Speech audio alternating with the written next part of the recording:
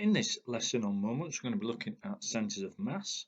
Very briefly, a centre of mass, if you imagine an object is made up of lots of atoms and bits of mass sort of stuck together, and each of those masses will have a weight, and a centre of mass is basically a point on the object that all those little masses are equivalent to acting through.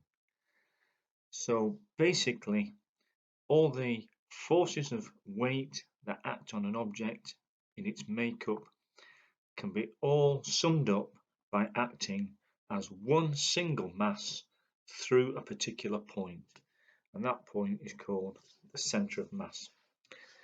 Now there's probably a longer explanation of that with more detail in the video centre of mass, but this is a moments video, so I'll leave it at that for now.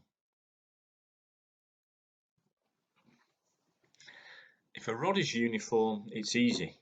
It's assumed the mass is equally distributed along the rod, so that the centre of mass is positioned halfway along the length of the rod. If a rod is non-uniform, we don't assume that. It may be that the centre of mass is halfway, but not necessarily the case, and we cannot assume that. So in this example, example 9 from the textbook, we've got Sam and Tamsin sitting on a non-uniform plank. And we've got the masses. We're basically asking the question, where must Sam sit for the plank to be horizontal? So if we look at the forces on the plank, we've got its weight, but and the weight it tells us is, where is the weight? 1.8 meters from A. We've also got Tamsin at A, so that's 25 G newtons of weight from Tamsin, and we've got 35 G newtons of weight for Sam. The plank is resting on a pivot, therefore there's a normal reaction at M, and I've called that Y. So we've got our forces and our lengths, and we have to find that length D.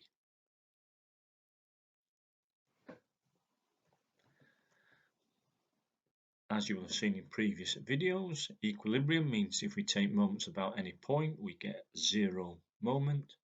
So we're going to take moments about the point M. We've got a clockwise moment provided by the 35 G Newton force of Sam. So that's 35 G times D. And then an anti-clockwise moment, we have two forces producing an anti-clockwise moment, 25 G times 0.2, and then also in addition to that 25 G times by 2 meters, and that's 55 G Newton meters. In equilibrium, the clockwise moment equals the anti-clockwise moment, so those two things are equal to each other, and we divide by G and then divide by 35, and we find that D is 1.57 meters to 3 significant figures.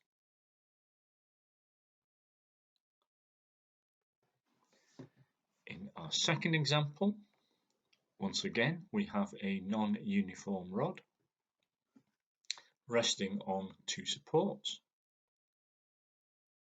Where are the forces on the rod? Well, we've got 20 newtons of weight, but we don't know where that 20 newtons is acting, so I've just placed it there. We've got a reaction force at D, and we are told the reaction force at C is 3 times the reaction force at D, so that will be 3y. We can put some distances on,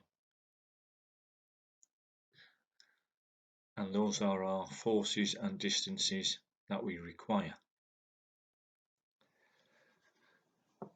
The resultant in any direction gives 0, so the forces vertically will cancel each other out. So we've got 4y upwards and 20 newtons downwards, and that gives us y equals 5 newtons.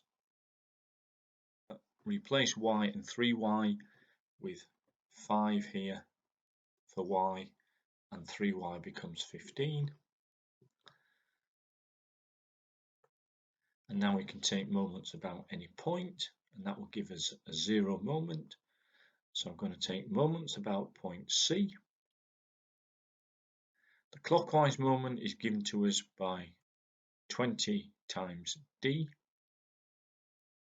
That's just 20d Newton meters. The anti-clockwise moment, no, because we're taking moments about C, this 15 Newton force does not have a moment, so it's just this 5 Newtons force that's going to provide the anti-clockwise moment. So that's 5 times 1.5. In equilibrium, those two quantities will be equal to each other, and that gives us a value of d of 0.375 meters. So the distance of D from A, which was the original question, is 1.38 meters.